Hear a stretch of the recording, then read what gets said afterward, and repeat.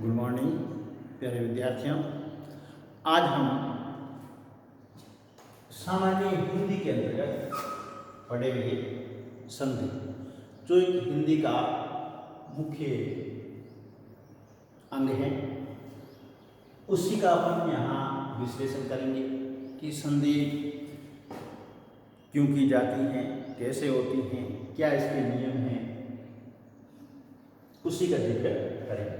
सबसे पहले हम बात करते हैं कि संधि है क्या, किस चीज को अपन संधि कहते हैं। देखिए, हम किसी शब्द का उच्चारण करते हैं। अब उच्चारण करते हैं तब हम जो हैं हमारे मुख की सुविधा के अनुसार, मुख सुख के अनुसार वह उच्चारण करते हैं और उच्चारण करते हुए उस शब्द को हम हमारे अनुसार बदल देते हैं।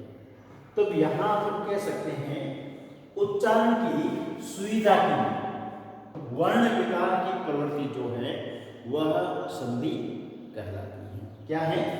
उच्चारण की सुविधा के लिए वर्ण विचार की जो प्रवृत्ति है वह संधि कहलाती है। अब इसकी अलग अलग परिभाषाएं भी हैं कि दो वर्णों के मेल से जो विकार पैदा होता है उसको संधि कहा जाता है। देखो, संधि में इस चीज की आवश्यकता रहती है कि वर्ण विकार होना बहुत जरूरी है। यदि वर्णों का विकार नहीं है तो वह संधि नहीं है। अपन यहाँ कुछ उदाहरण लेंगे और इस संधि को समझने की कोशिश करेंगे। मैंने एक वाक्य लिखा है, विवाहोपरांत तो भाग्य उदय ही हो गया। क्या है? विवाहोपरांत तुम्हारा तो भाग्य ही उदय हो गया। अब देखिए, इसमें संधि से बने हुए दो शब्द हैं। कौन से? एक तो विवाहोपरांत और दूसरा है भाग्योदय। अब इसका संधि विच्छेद करेंगे, अलग अलग करेंगे तो ये शब्द बन जाएंगे विवाह और उपरांत। क्या बने? विवाह और उपरांत। अब देखिए, विकार किसमें आना चाहिए? स्वर में आना चाहिए। यहाँ विवाह है तो यहाँ ह के अंदर अ जो छुपा हुआ है और यहाँ उपरांत है। तो जब अ और उ मिलता है तो ओ हो जाता है। क्या हो जाता है? ओ। तो यहाँ पर क्या हो गया है? यह ओ हो गया है। किसके कारण? अ और उ में विकार हुआ और इनके विकार होते ही यह ओ में बदल गया और यह शब्द बन गया विवाह उपरांत। उसी तर्ज पर भाग्योदय, भाग्य और उदय दो अलग अलग स्वतंत्र शब्द हैं। अब अपन ने यहाँ पर संयुक्त शब्द बना दिया, भाग्य और उदय को साथ में कर दिया और साथ में जैसे किया तो ये अ और उ जो है वापिस ओ में बदल गया और ये हो गया भाग्योदय। तो इस प्रकार से क्या हो जाता है? शब्द में वर्ण विकार हो जाता है तो वहां पर संधि होती है। अब देखिए, यहाँ कुछ शब्द हैं, संधि के भी हैं, समास के भी हैं और संधि समास दोनों के भी हैं और कुछ ऐसे एक दो संयोग भी हैं। अब देखिए, यहाँ परोपकार शब्द मैंने लिया है। क्या लिया है? परोपकार। अब परोपकार शब्द जो है किससे बना है? परधन उपकार से। अब परधन उपकार से बना है तो ये इसका अपन समास विग्रह करेंगे तो पर का उपकार होगा, परोपकार का पर का उपकार हो गया। अब पर का उपकार हो गया तो यहां तो वह क्या हो गया? संबंध तत्पुरुष समास भी हो गया। अब संबंध तत्पुरुष समास होते हुए यह परोपकार है और इसमें विकार पैदा हुआ है। अ और उ जो है मिलकर के ओ बन गया है, ये परोपकार बना है। तो विकार हुआ है तो यह संधि भी है और समास का भी शब्द है। तो इसमें गुण संधि हो गई और फिर संबंध तत्पुरुष समास हो गया। तो इस शब्द में परोपकार में संधि और समास दोनों ही है। अब देखिए यज्ञशाला क्या है? यज्ञशाला।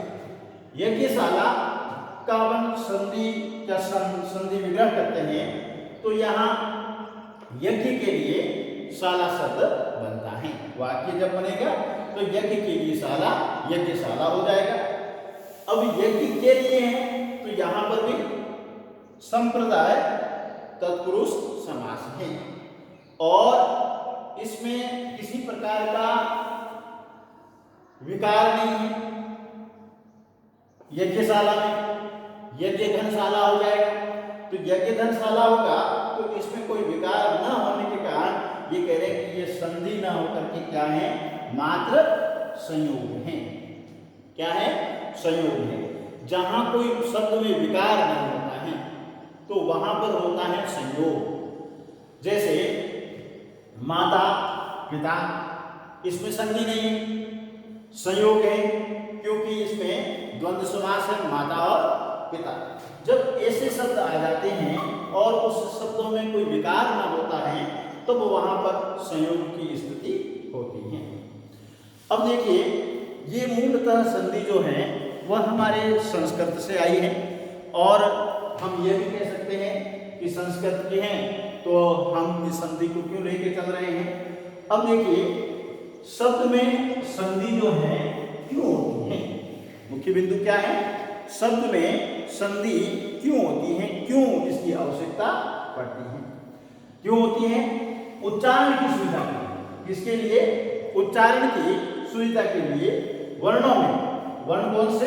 स्वर, व्यंजन और विसर्ग में विकार आ जाता है, इसलिए क्या हो जाती है? संधि हो जाती है। विकार किसमें आएगा? स्वर में आएगा, व्यंजन में आएगा, विसर्ग में आएगा और इनमें जब विकार आएगा तब वह संधि हो जाएगी और जब इसमें विकार नहीं आएगा तो वह एक संयोग होगा। जैसे कुछ शब्द यहाँ मैंने लिए हैं, विकार आ जाता है और वह किस प्रकार से शब्द बनते हैं हमारे नए, उन्हीं को अपन यहाँ देखेंगे। जैसे पहला शब्द मैंने लिया 5 7 100 या 5 7।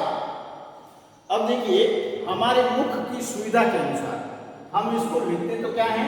5 या 7, 5 या 7 लिखते हैं। अब बोलते क्या है? 5 7। क्या कहते हैं? 5 7। तो ये विकार हो गया। तो इस प्रकार से विकार पैदा होता है। जैसे नीचे मैंने लिखा बाप बेटा, बाप बेटा और उसका उच्चारण कैसे करेंगे? बाप बेटा। कि बाप बेटा आ रहे, उसको अपन बाप बेटा आ रहे हैं ऐसा नहीं कहेंगे। क्या कहेंगे? बाप बेटा। ये मात्र क्या है? हमारे मुख की सुविधा है। फिर 500 और इस 500 को अपन क्या कहेंगे? 500। 500 रुपए, 500 आदमी खड़े थे, 500 आदमी खड़े थे ऐसा नहीं। डाकघर, डाकघर ऐसा कोई नहीं कहेगा, सीधा कहेगा डाकघर। क्या कहेगा? डाकघर। तो इस प्रकार से हमारे शब्द जो हैं हम उसको हमारे उच्चारण की सुविधा के अनुसार कुछ बदल देते हैं। फिर देखिए यहाँ संधि के प्रकार दिए हैं जिसमें स्वर और स्वर मिलकर के स्वर संधि हो जाएगा। जैसे सप्ताधिक शब्द है तो सप्त धन अधिक और अ मिलकर के आ बन गया और यह सप्ताधिक हो गया। फिर है व्यंजन और स्वर का मेल, तो ये व्यंजन संधि हो जाती है। जैसे वाग, इसमें अ नहीं है और इस तो वागीश हो गया। उसी भांति व्यंजन से व्यंजन मिल करके व्यंजन संधि हो जाएगा। वाग प्लस दान वागदान हो जाएगा। विसर्ग घन स्वर मिलकर के विसर्ग संधि बनाते हैं। जैसे मन अभिलाषा मनोभिलाषा हो जाएगा। फिर विसर्ग और व्यंजन मिलकर के विसर्ग संधि बनाते हैं और मन धन योग मनोयोग हो जाता है। इस प्रकार से हम देखते हैं। तो इन संधियों का अपन आगे चल करके कुछ थोड़ा और विश्लेषण करेंगे।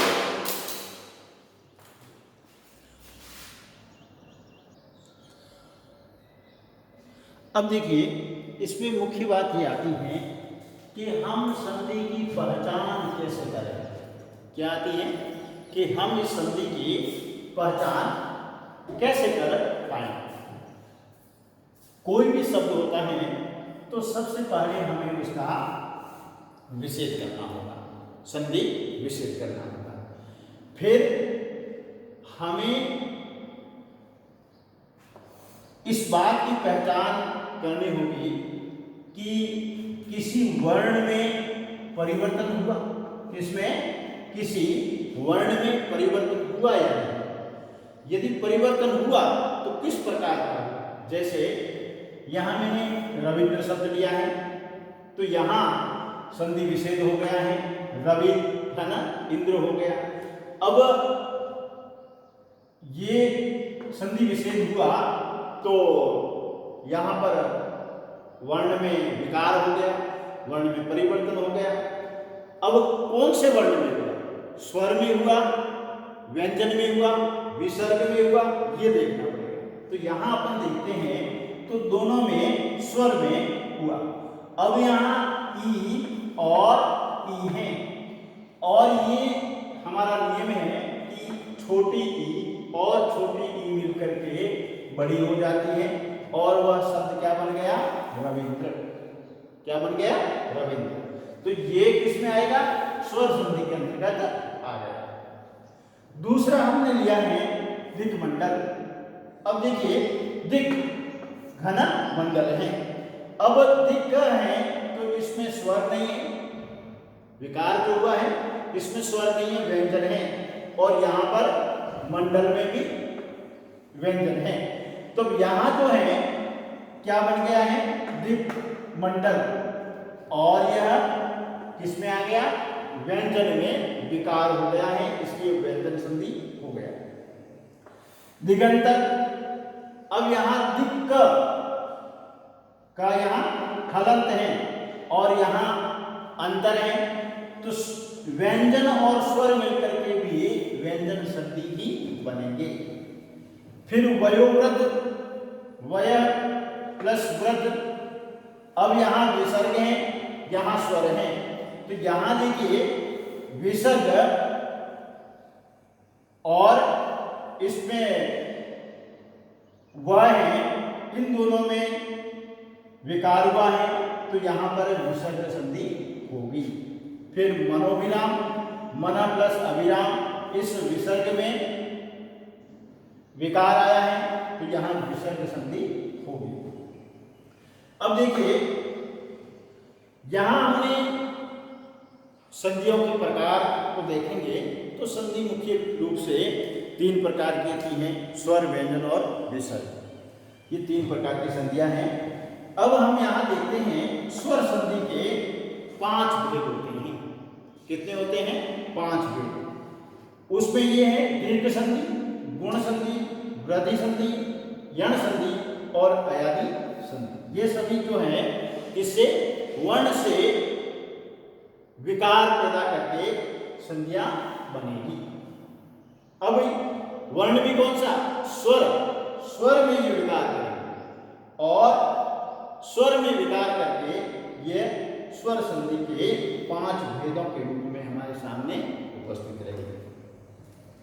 अब देखिए दीर्घ संधि अपन पढ़ते हैं। सबसे पहले किस प्रकार से दीर्घ संधि होती है। जैसे अ और ये अ मिल जाएगा तो ये हो जाएगा आ, ये आ और ये आ मिलेगा क्योंकि ये होगा आ, और ये अ और ये आ मिलेगा तो भी होगा आ। ठीक है, यानी अ मिलकर के आ बनेगा, आ और आ मिलकर के आ बनेगा अ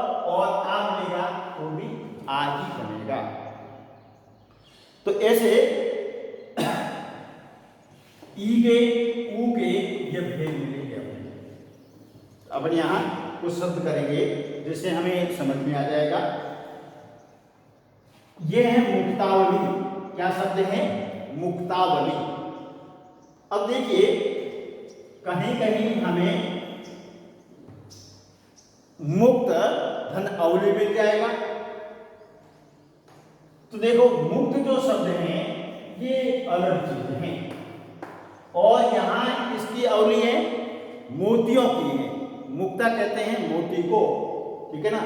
अब मुक्ता कह रहे हैं तब अपन इसकी संधि विशेष करेंगे तब ये चीजें बनेंगी। या तो मुक्ता आवली हो जाएगा या मुक्ता अवली होगी।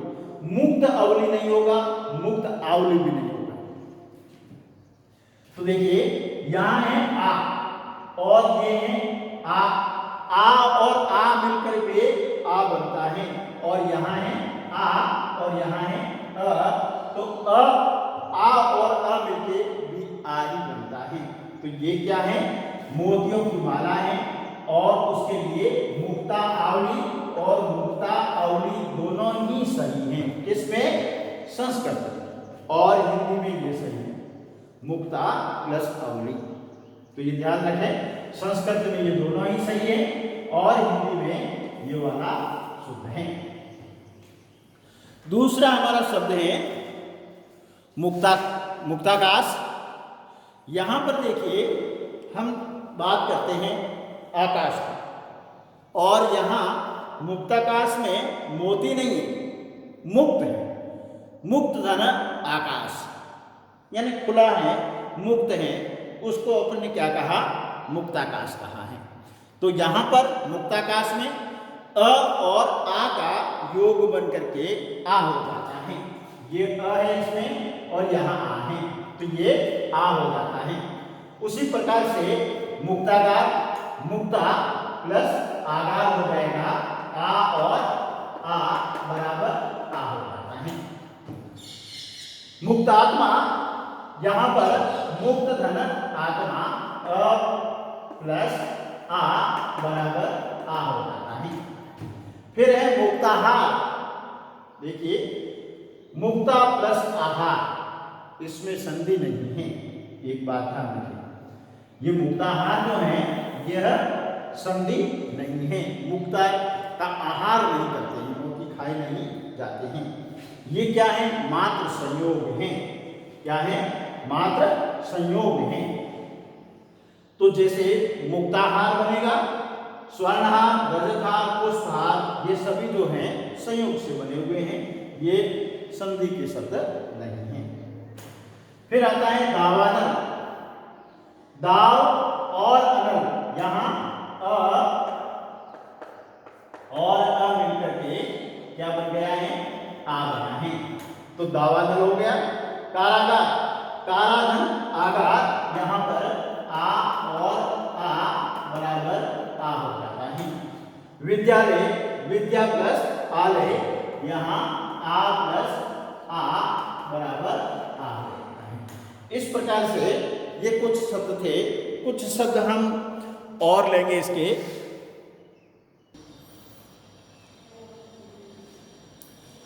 अब देखिए यहां जो है शब्द है प्रेरणास्पद। अब देखिए इस शब्द में अक्सर अपन गलती करते हैं, प्रेरणा अस्पद कर देते हैं। तो यहां अ है, आ है और ये भी आ है, प्रेरणा आस्पद है और ये क्या हो जाता है? आ हो जाता है।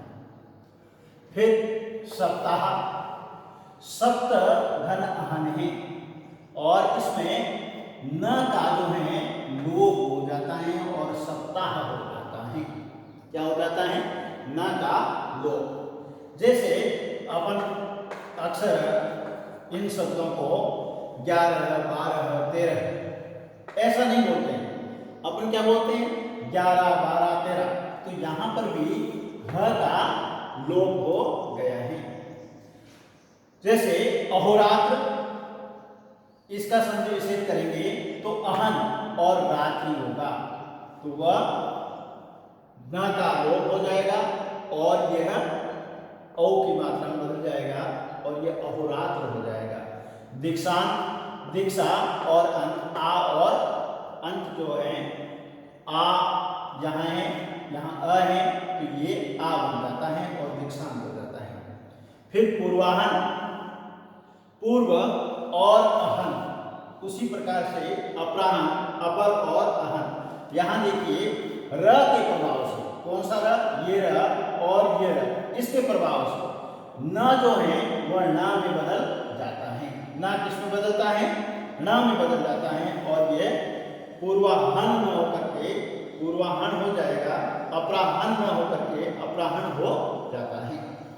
फिर आता है हास्यास्पद, हास्य और आस्पद, अ और आ मिलकर के हास्यास्पद बन गया है। जलाशय, जल घन आशय, वो जलाशय बन गया, अ और आ मिलकर के आ हो जाता है। अमाशय, आम प्लस आशय और ये अमाशय हो जाता है। अब देखिए ई किस प्रकार से विकार ले आती हैं और छोटी ई और छोटी ई मिलकर के बड़ी बन जाती हैं, बड़ी और बड़ी मिलकर के बड़ी बनेगी, छोटी और बड़ी मिलकर के बड़ी बनेगी, इस प्रकार से विकार हो जाता है। जैसे ये शब्द है प्रतीक्षा, छोटी और बड़ी मिलकर के क्या बनी, बड़ी बन गई और ये प्रतीक्षा हो गया।